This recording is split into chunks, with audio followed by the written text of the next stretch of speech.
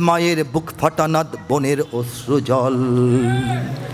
পৃথিবীর চোড়ায় চোড়ায় আমার এ ডাক দাও শুনিয়ে, আমি ডাক দিচ্ছি দ্রোহের সুর তোলে আজ গুনগুনিয়ে।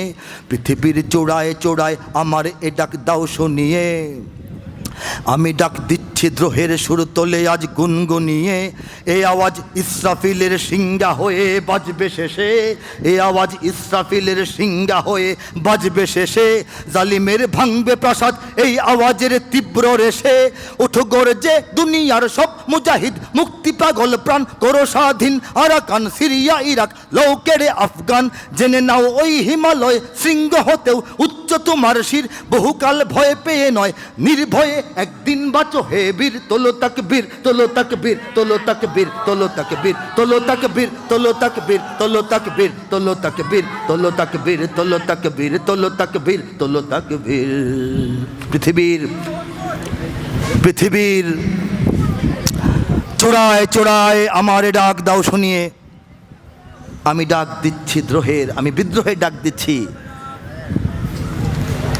আমি ডাক দিচ্ছি দ্রোহের সুর তোলে আজ গুনগুনিয়ে। আমি না হয় একটা মানুষ, আমি না হয় গুনগুন করে মাইকে বলতে পারি, এই আওয়াজ ইসরাফিলের সিংহা হয়ে বাজবে শেষে ইনশাআল্লাহ।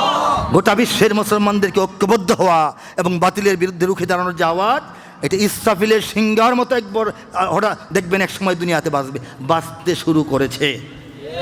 এবং সেটা যখন ঘটে যাবে তখন জেনে নাও ওই হিমালয়ের সিংহ হতে উচ্চ তোমার শির, বহুকাল ভয়ে পেয়ে নয় নির্ভয়ে একদিন বাঁচো হে বীর।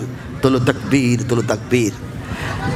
রব্বুল আলামিনের ইচ্ছায় আমি চেষ্টা করি বিভিন্ন বিশ্ব মুসলিম উম্মার প্রসঙ্গ, আমাদের উম্মার সংকট সমাধানের কিছু সম্ভাব্য চিন্তা ফিকির আলোচনা প্রস্তাবনা পরামর্শ তুলে ধরার, দেশাত্মবোধ জাগিয়ে তোলার, দেশের স্বাধীনতা সার্বভৌমত্বকে রক্ষা করার জন্য এই দেশ এই জাতি এই তারুণ্য এই প্রজন্মকে উদ্বেলিত রাখার চেষ্টা আমি আমার বিগত 25 বছর যাবৎ করে আসছি। এবং গর্বে বুক ফুলে যায় যখন দেখি আমার নিজের এলাকায় আমারই ভাইয়েরা, আমারই সন্তান তুল্যরা, তারাও এই সংস্কৃতির অস্ত্রে সংস্কৃতিকে বহন করে তারা নতুন জাগরণের বিপ্লবের পথে হাঁটছে। আপনারা সবসময় তাদের সঙ্গে থাকবেন না ইনশাল্লাহ? ইনশাআল্লাহ থাকতে হবে। আমি সাধারণত 2019-এর পর থেকে মাহফিলে বেশি যোগদান করি সারা বাংলাদেশে।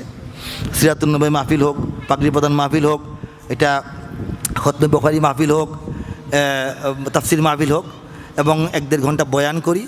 সঙ্গীতের জন্য আলাদা অনুষ্ঠানে আমার আসা যাওয়া কম হয়, যেহেতু কিশোরগঞ্জ এবং আমার কাছের যারা নবীন প্রজন্ম তারা আয়োজন করেছে, আমি সঙ্গীতের অনুষ্ঠানে এসেছি। এখানে তত্ত্বকথা, নীতিকথা, ওয়াজ, লম্বা বয়ান এগুলি করলে আপনাদের খুব একটা আরাম লাগবে না, আজকে এটা মাহফিলে আরাম লাগবে। এই জন্য আমি সঙ্গীত এবং কবিতায় পেশ করলাম, এবং আমি আমার সঙ্গীত এবং কবিতার মাধ্যমে যে মেসেজ, যে দর্শন, যে রাষ্ট্রচিন্তা, যে আন্তর্জাতিক পরিকল্পনাগুলো ভাবি এবং শেয়ার করি, সেগুলো একটু একটু 100টা করে আপনাদেরকে আজকে শোনানোর সুযোগ পেয়ে নিজেকে ধন্য মনে করলাম। আর আমি আর দীর্ঘায়িত করব না। আর কি কি গাইতে হবে আপনারা একটু বলে না। আবার যুদ্ধ হবে দেশে শেষ করবো ইনশাল্লাহ। হ্যাঁ,